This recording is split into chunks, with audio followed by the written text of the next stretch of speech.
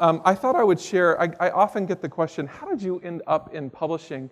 So I thought I would just tell you a little bit about my story, how I come at all this, and then we'll launch into the talk. Out of college, I was the office manager for a manufacturing plant. I worked there for about a year. And then I went off to Ireland. I was volunteered at a ministry for between 7 and 8 months. I ended up working for the stepson of C.S. Lewis, which was a great journey. His name's Doug Gresham, an author in his own right. And that was a wonderful exposure to publishing. I came back, I taught Latin for a while, and that wasn't a good fit. But I thought, I've always had this impulse to write. And I thought, well, I could wait tables, or I could try and learn something about publishing while I'm writing. Well, that turned into a career, and it's a career that I'm so grateful for. So I've been in publishing for about 15 years. I worked for a small house in Lancaster, Pennsylvania for 3. And then I networked at what's now called the International Christian Retail Show, and ended up at Baker, first as a project editor. The project editors oversee the copy editing and proofreading processes, and then I became an acquisitions editor. And now I'm editorial director for Baker Books and have been in this role for about 3 years, and it's been a great journey. This talk really comes from that journey, from that work of connecting with authors, connecting with aspiring writers. And so this is the best advice I know to give you based on my 15 years of experience. I hope it's helpful to you. So I'd like to start by asking you to imagine 2 chefs. The first chef is a culinary master, a culinary ninja who's logged thousands of hours in the kitchen. The other chef, for the sake of this illustration, is me, who's logged about 43 minutes in the kitchen. We both have the same recipe for a souffle, and we both have as much time as we want for cooking. Whose souffle would you rather be served? Well, the answer is obvious, because you see, it's not about the recipe. I mean, the recipe is important so far as it goes, but we all can taste the difference between a culinary ninja and an amateur. As someone involved in acquisitions, I routinely receive proposals that try very hard to follow the recipe. If you've been at this for any length of time, you know that what we're looking for is a brilliant concept, a massive platform, and amazing writing. And so we receive these proposals where authors are trying very hard to show that they've followed the recipe. But we know the difference between a master and an amateur. So the way to be a master chef is not to keep your nose in the cookbook. You have to start cooking. The way to be a master at the craft of writing is to get your nose out of the proposal guidelines and start writing. So I like to talk about the practices that you're going to need to have in your life to stay on this journey for the long haul. If you're going to be a master at the craft of writing, the journey has to be sustainable. And so I like to talk about the practices that help you sustain on this journey. And so that's what we're going to look at today.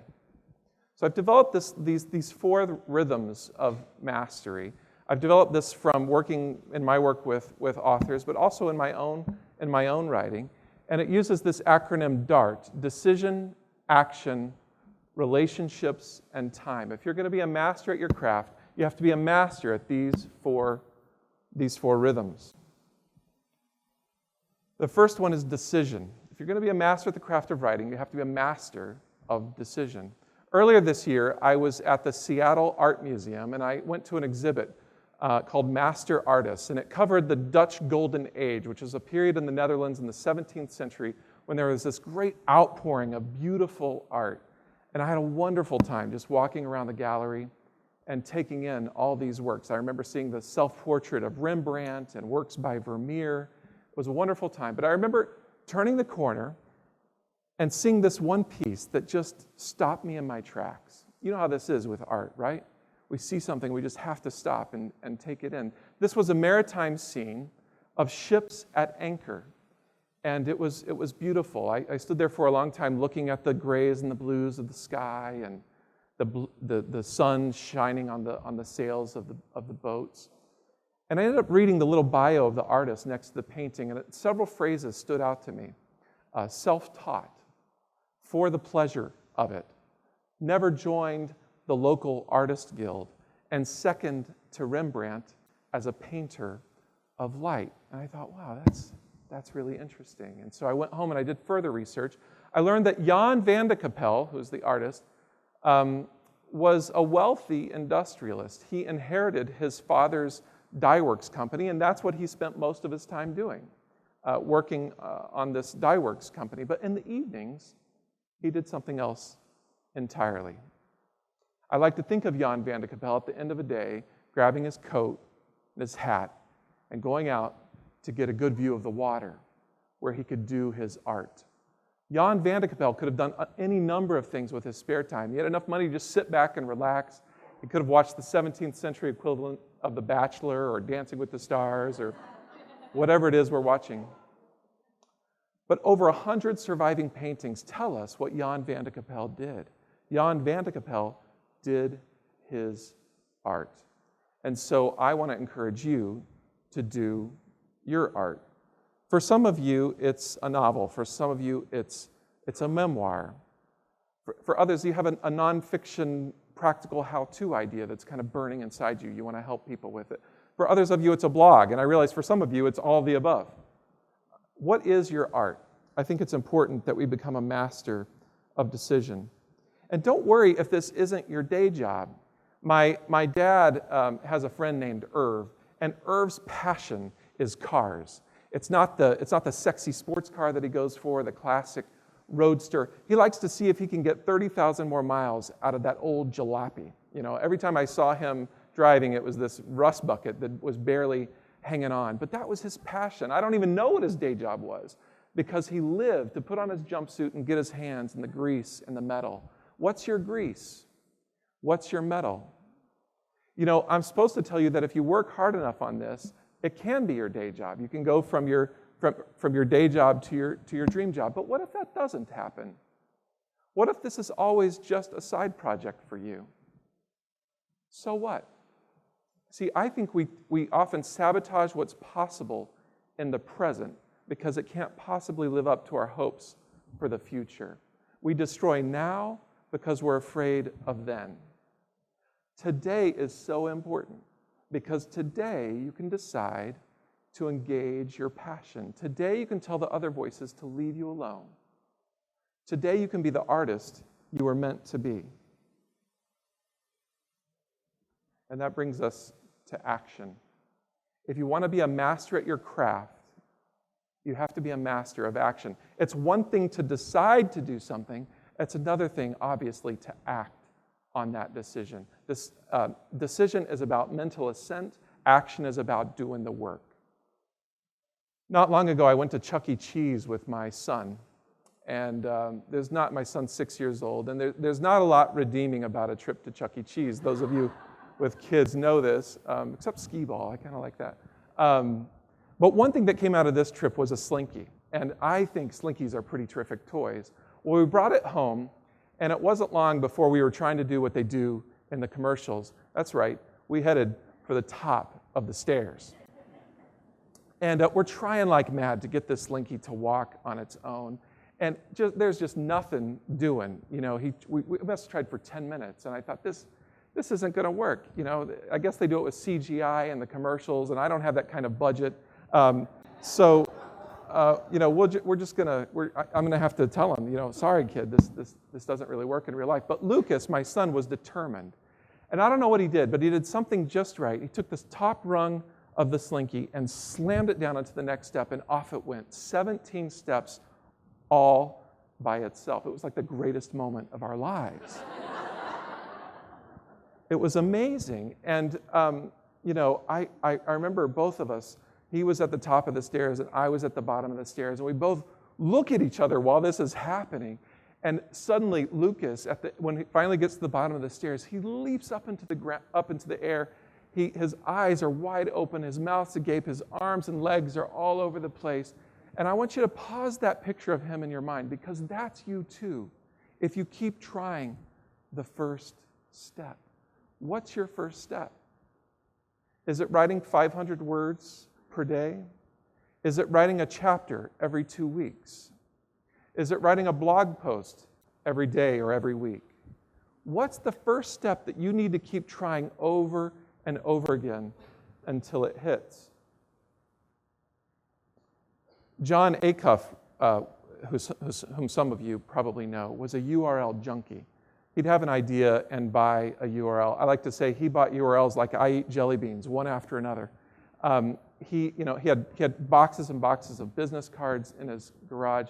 And then one day, he stumbled on this idea of stuff Christians like, which is really a ripoff. He's very open about that, of a blog called Stuff White People Like, which is satire about Caucasia. So he starts Stuff Christians Like, and he had 4,000 views in the first week, and off he went. Now John Acuff is a New York Times best-selling author. So I think it's important that we keep trying things, to keep trying that first step over and over again until it hits. Thomas Edison said, "I have not failed, I've just found 10,000 ways that don't work." Ask anybody who's done something great if they have experience of trying something over and over again until it hits, and they all have, and so can you. I mean, Mark Batterson last night talked about how some of his books have sold really well. The Circle Maker is terrific, and some haven't. In fact, he's trying to get copies of his first book out of the market. So I think this is important, that we keep trying over and over again until something hits. I'd like to further illustrate this idea of action by introducing you to my friend, Al Haystack. Al is the inventor of this device you see on the left called the Nothing But Net Free Throw Trainer. And the object of the device is obvious. It's trying to help free throw shooters increase their accuracy. It's a very simple device. It's a 4-inch piece of yellow plastic that stands vertically on the front of a basketball hoop. It's the principle behind the device that's so remarkable. What it does is it helps the shooter stop thinking so much about points and what the score is, and just focus on that yellow piece of plastic. It has the effect of getting the shooter to kind of relax and focus all at the same time. It's all about the process of making the shot. So what's your process? I think it's important as writers that we fall in love with our process. Where do you sit? What tools do you use? What's the lighting like? Music or no music? Do you light a candle? What is it that you do to focus on your process? So I think that's a useful thing to keep in mind, a useful picture. Now we move to relationships, the R of DART. If you want to be a master at the craft of writing, you have to be a master of relationships. You cannot do this alone, I'm convinced, or at least you won't do your best work if you do it alone. So relationships is about support. It's about community. It's about friends that you get with on the creative journey. I'll tell you another story of my son. It was his first day of kindergarten, and to be honest, my wife and I were a wreck. He's our firstborn, and this is a big deal to take your son to the first day of kindergarten. And so we're in the room, and we're trying to get everything settled, get his backpack where it's supposed to be, and so forth. And I'm thinking, what can I say to Lucas that's going to stay with him on this journey? I mean, they have short attention spans at 6 or 5 at this point. So I'm thinking I have about 5 seconds to say something to him that's going to stay with him. So I lift him up, I hold his ear close to my mouth, and I say, "Remember, buddy, the best way to find a friend is to," and he finished my sentence, "the best way to find a friend is to be a friend." And it was a line we'd rehearsed many times before from reading a book called Little Bear Finds a Friend, which unfortunately is difficult to find nowadays. But I could have said a lot of different things. I could have said, follow the rules. I could have said, listen to your teacher. I could have said, don't slug anybody. And all of those things would have been great. But the reason I said that's the best thing I could come up with, is because friends in my own life have been so important. In many ways, they've been the difference between a decent life, and a total disaster of a life. So who are your friends? Who's with you on this writing journey? This can look a lot of different ways. It can look like one-on-ones over lunch, where you and a friend sort of share what's inspiring you, what's keeping you going.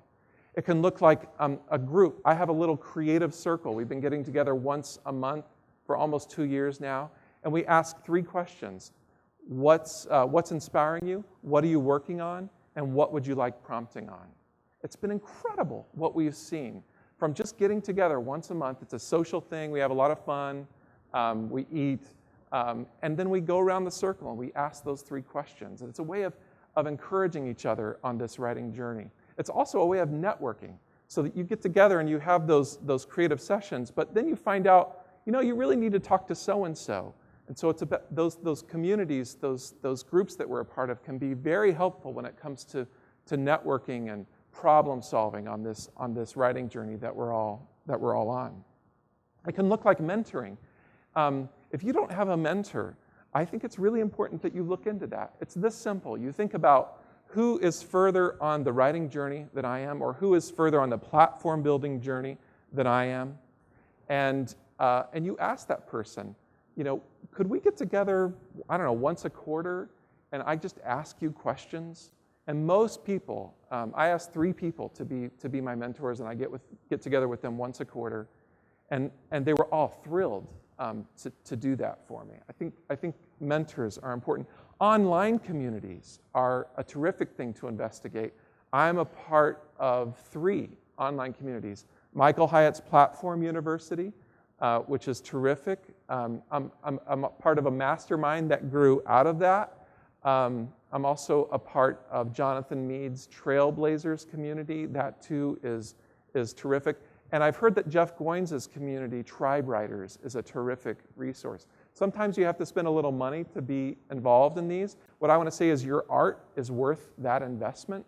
But sometimes you can get involved in Facebook communities that are still very helpful and also free. Some of you may or may not know about Benjamin Franklin. We're on a first-year nickname basis, Ben Franklin.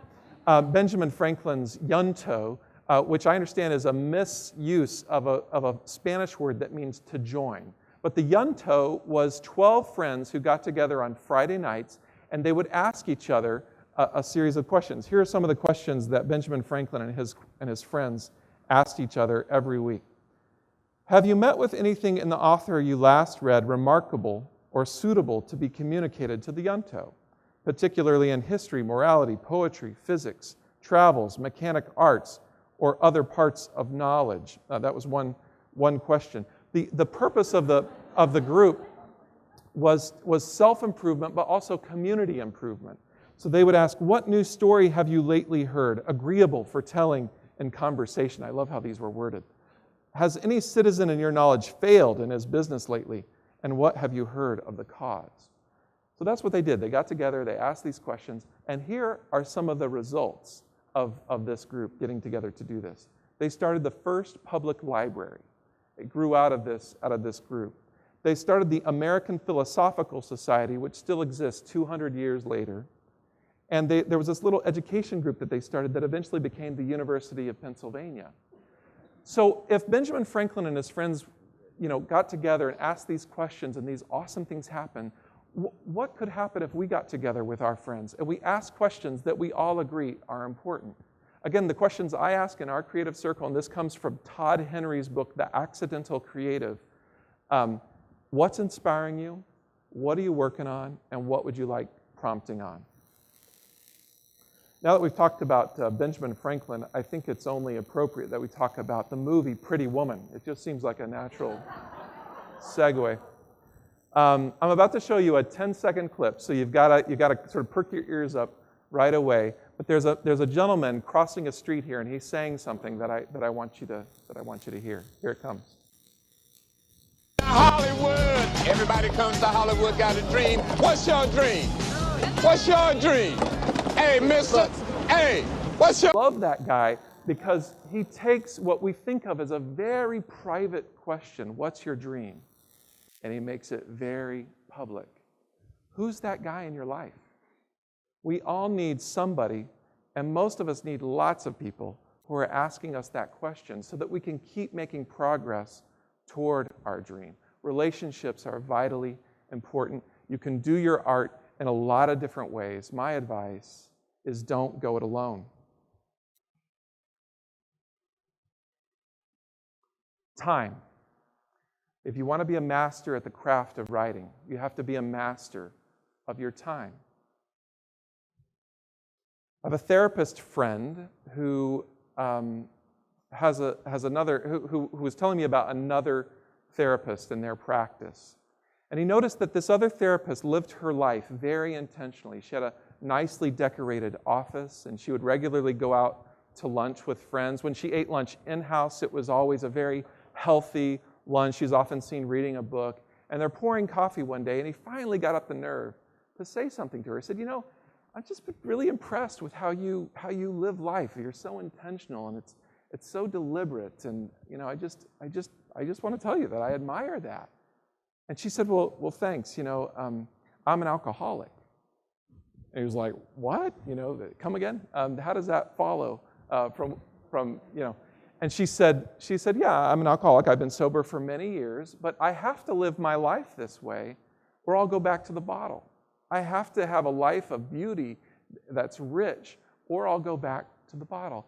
And what I want to say is, don't we all, in some sense, live with stakes that are that high? I mean, you may not choose alcohol when you're not living a life of doing your art, but what else are you choosing? Is it shopping? Is it unhappiness? Is it anxiety? Is it overeating? I mean, the list is endless of different ways that we can be unhealthy. And we think that the writing life is kind of compartmentalized over here, but it's not.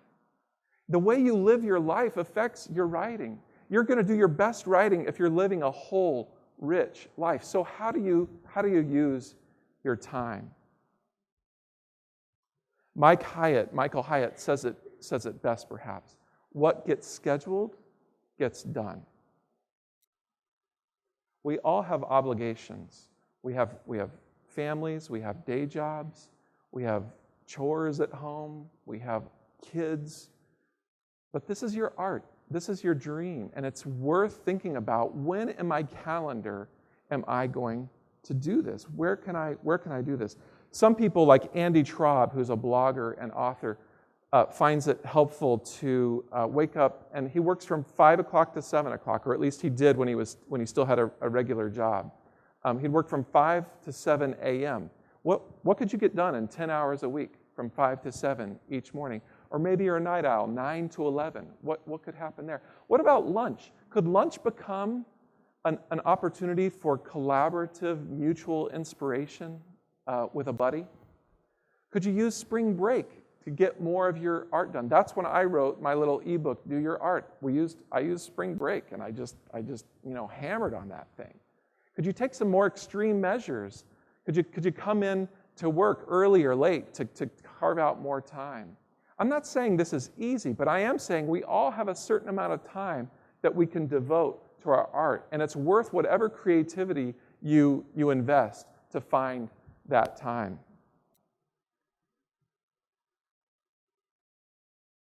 So we're back to this. One way of doing this is every Monday morning or every Sunday night to look at those 4 categories. How am I doing in the area of decision? Do I need to recommit to something? Decision is also about the project you're working on. It's about focus. Do you need to refocus on a particular project? How are you doing in the area of action? What's that first step that you need to keep doing over and over again? Are you getting your 500 words in? Are you getting that blog post published every week? And do you need to reevaluate what your action is? Maybe you want to move to 2 blog posts a week. Relationships. What can you do relationally? Is there somebody that you need to reach out to this week that's going to help you on the writing journey? Do you have your next writing group scheduled? And time. Where can you find some extra time? Are you sticking to the time that you'd already committed? Are you going to bed early enough so that you can wake up early enough to do your thing? And the way this works with the writers I work with and in my own life is it really does kind of bounces around from category to category, and you're eventually back to decision. My friend Robert updated his Facebook this way. We'll call him Robert Smith. Last week, I received an email that began with this: Dear Mr. Smith, I am pleased to inform you that the Doctoral Studies Committee has admitted you into PhD studies. Yesterday, he continues, I received an email that began with this: Dear Mr. Smith, I am pleased to inform you that the Doctoral Studies Committee has awarded you a tuition scholarship.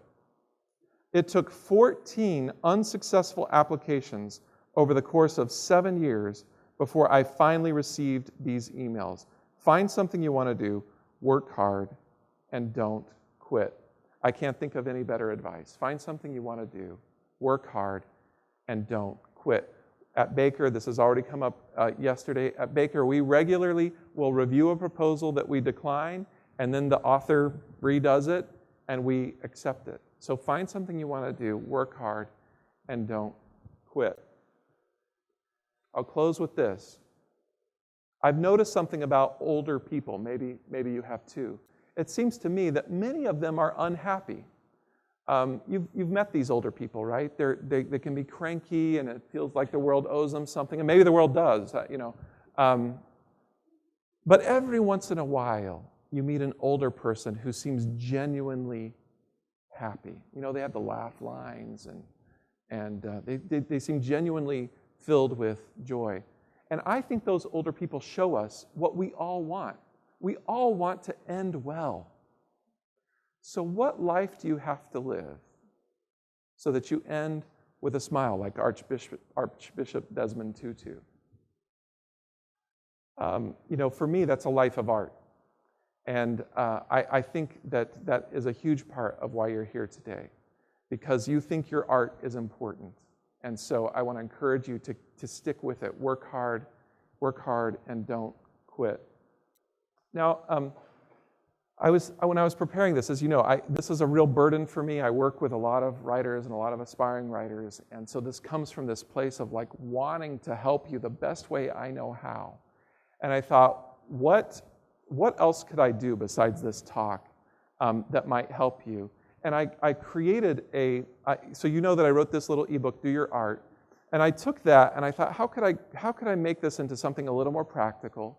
And I created something called the 21-day Do Your Art Challenge. And what it does is over 21 days, it takes you through and gives you a little short assignment each day that have to do with decision, action, relationships, and time.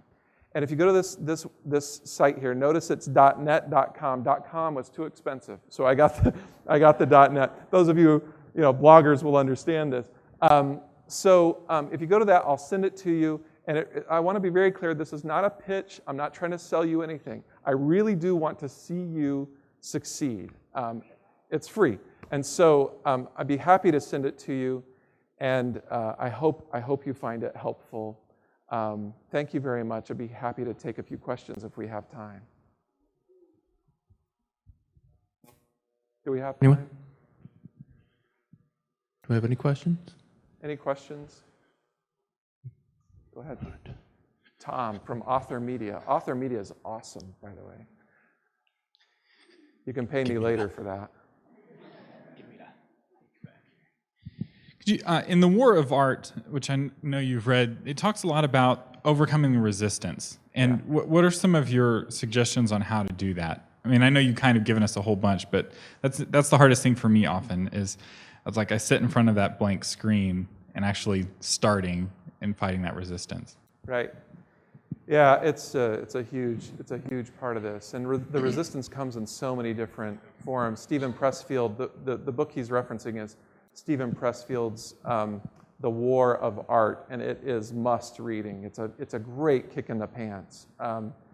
And what he says is that there are these two voices in the world. There's this one sort of positive voice that you need to listen to. It's your muse, and then there's this negative voice that is sort of attacking you every minute. And his advice is to listen to the first voice and don't listen to the second. I mean, I think it's important. Warren Wiersbe, when he's writing a book, I had the pleasure of working with him. He tells me that if the pencil is pushing him too much, he abandons the project. And if the pencil is pulling him along, then he keeps going. So I think it's important to think carefully about resistance Is resistance really that negative voice, or is it something more substantial that you do need to abandon a project, but not just to abandon it, but to move on to something else? So that takes discernment. I think relationships is huge. I mean, if you're struggling with something like with whether to make your memoir a memoir or a novel, I think it's great to connect with other people and ask them. Michael Hyatt talks about he was really struggling with this podcast. He was putting all this time into it and just really struggling with it. Well, he connected with a bunch of friends, and after connecting with them, he had a plan forward. So I think when you're really facing the resistance, getting connected with some support is huge. One of the biggest challenges that I face is doing, for me, the sitting down and writing things, that's actually the easier part of this. And the biggest challenge I face is doing these other three things, being involved with community and getting involved with people and doing some of the, engaging other people and the platform building. I have a really hard time, with a full-time job and then wanting to take out some time, for writing. I have a hard time fitting those other things in. What would be your advice as to how to sort of deal with that? Yeah. Well, and this is what happens. I talk with writers and I tell them, this is what we're looking for. This is just a small list. It's, brilliant concept, massive platform, amazing writing, and they get discouraged. I don't understand why. No, I mean, many of us could point to, I have one of those. Maybe some of us could say I have two of those, but very few of us can say we have all three. I think having a plan. Look, people think, do I have to be on Twitter and Facebook and Pinterest and all this? The answer is no. Find one of those and show up and be consistent. I'm getting this from somebody who talked yesterday. So, pick your battles. Don't try to do it all at once. Try just a few things. And most of us know whether or not we're Twitter people or Facebook people, So just pick one of those and show up consistently. Can you leverage your blog or I guess it's your blog, into your book? There are a lot of people who are blogging books now. So that's doing double duty, right? You're testing some things out on your blog, and then you're using it in your book. So I think looking for ways to make it as easy as you can, to leverage that you say it's not that difficult to find time to write and to find the commitment to write. So how can you leverage that same facility that you have there, that same ease that you have with that into the platform building piece? How can you leverage one with the other? But the main thing I think is sit down and think, okay, what could I realistically do? What's the plan? And then work that plan. That would be my best advice. I hope that's helpful. How about some more questions? All right.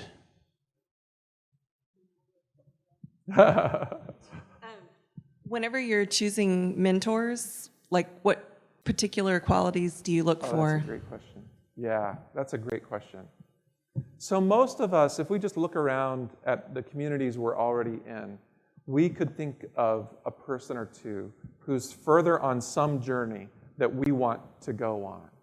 Whether it's the journey of building a business or the journey of writing or the journey of character, right? We know people who just have integrity that we wish we had, And actually, when you get together with those people, you find out that they struggle as much as anybody.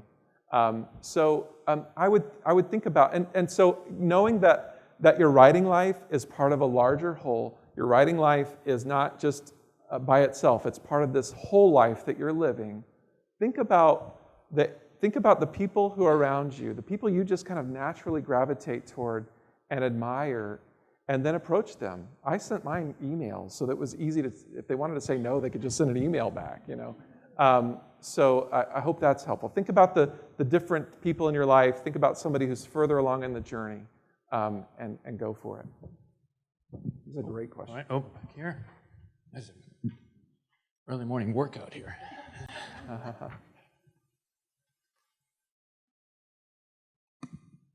What you're sharing is amazing. My life seems to jump from the important to the urgent. As a missionary working, I've worked in narco-controlled areas and stuff like that. I do write, I do blog. I did get an ebook out there. This stuff has been amazing, but my problem is, and it might seem really silly question for some of you, is as I'm writing is not my day job, as you said. So things, vignettes, different things come to my mind all the time because of what I do and how I want to share that part of my world with the world, and I forget it all. So do you have a practical helps for those of us who have our day jobs and don't write until the wee hours of the morning at some time or another? And on top of this, I do have a special needs child, so sometimes my life is really noisy. Can you give practical helps for the things like that? I encourage you to ask. That's a great question. How do we capture these insights that we have? Because I've had the same frustration where it just happened to me earlier this week. I had this idea for a blog. I had 2 ideas for a blog post, and I managed to get one down on paper, and then I lost the other one. Right? You're like, oh, this is hard enough as it is. So I'll tell you some things that I do, and then I encourage you to ask your friends here, because we're all kind of fellow beggars looking for bread, and we can help each other on the journey. But here are some things I do. I use those little those splotchy composition notebooks. You've seen those that you used in college or whatever. And what I do is I have in the front, and I'm getting this from Todd Henry, The Accidental Creative. I have to give him props. We did not publish that book, but it changed my life. Anyway, you take the first few pages, and on one of the front pages, put ideas at the top. And then a few pages in, put at the top of a page resources. And then number the pages, and as you get ideas, jot it down really quick, and then go back to the page that says ideas, and note some indicator of what that is. So let's say you saw a movie and it reminded you of how to keep fresh in your writing life. And so you write that idea down, and then you go back to the ideas page and you write, Pretty Woman, I need that guy in my life, page 1. And that way you can catalog all your ideas. And then if somebody mentions, this happens all the time, right? Like I just mentioned The Accidental Creative, and tomorrow you're going to forget about it. But if you have this page that says resources and you keep track of the stimuli that people have brought up, then you can be more intentional. You can go back to those stimuli to nourish you on the writing journey. Because when you have a writing project, it's just true that you need to engage some stimuli and neglect other stimuli. You need to read that book that has to do with public speaking if you've got a speaking gig coming up, and you need to not watch The Bachelor. But you're much more likely to read the book on public speaking if you go back to that stimuli page or that resources page and it's there. So that's what I do. I also will text myself if I get an idea, or email myself. I do voice memos using my smartphone. So I got this idea, and if I'm driving, I'll talk to myself that way. So technology helps with this. Evernote I've heard it's a great resource. I haven't looked into it as much as I should. So I don't know what our time's like. Yep, we've got time for a few more questions. Good. You guys got to take advantage of this. You've got a wealth of resources right here. All you got to do is ask. There you go.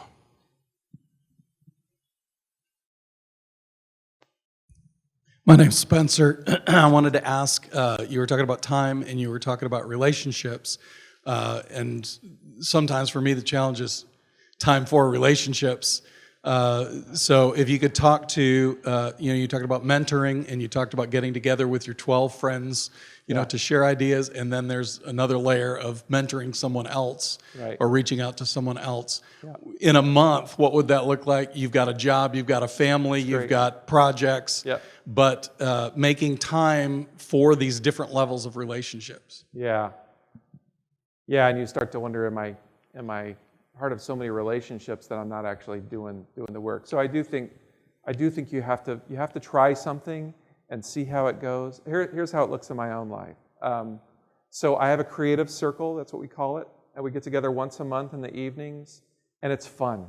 I hope in a crowd like this I can say that we drink wine and we have some snacks and we socialize and catch up. We were friends, but with a purpose. So at one point, and I'm committed to this, I say, all right, it's time to start. And actually now our group has grown so much that we have a timer. We actually time each other. So you have 15 minutes, go, and then that includes any time for feedback if you want feedback. That's how that works for me. And then I try to have one-on-ones at least once a month where I'm getting together with somebody for lunch and I'm telling them what's inspiring to me. I actually think about that ahead of time so that I'm showing up to the conversation with something to offer. And I'm asking that of them too. Could you tell me what's inspiring to you lately? It's hugely helpful. I take notes while I'm doing that. What's the other one? Mentoring. I try to have a mentoring meeting at least once a quarter. That seems to be a good rhythm for me. But listen, my rhythm is not your rhythm. I mean, I think you just have to try something and see how it goes and tweak it. And that's why I think it's really important to have like a weekly checkpoint where you're thinking, okay, how am I doing in that area? What needs to change there? It takes 15 minutes, and it will improve your art so much if you take the time to kind of evaluate where you are. A great question. One more real quick. All right. One more. Okay, thanks, Ruth. I wondered what is my responsibility as a writer in documenting like footnotes and when I use something, a quote or something from commentaries or whatever, how do I know how to go about putting it in there, but what is my responsibility in the publishing process of it and all of that, using different things? Well, yeah, this is interesting because I just revamped what we send, our editorial guide that we send to every author with whom we contract. And we cover this in detail. There's this thing called fair use where it's legalese, but you can Google fair use and it'll talk about the guidelines for what's okay for you to quote. Generally speaking, if you're quoting 250 words or less from a book, you don't have to get signed permission to use that. And then there is the important thing is to give the sources, to document your sources. Another quick trick of the trade: instead of quoting, paraphrase, and then you don't have to. You certainly don't have to seek permission to paraphrase, but you do need to document your source. That's obviously very important. Does that help?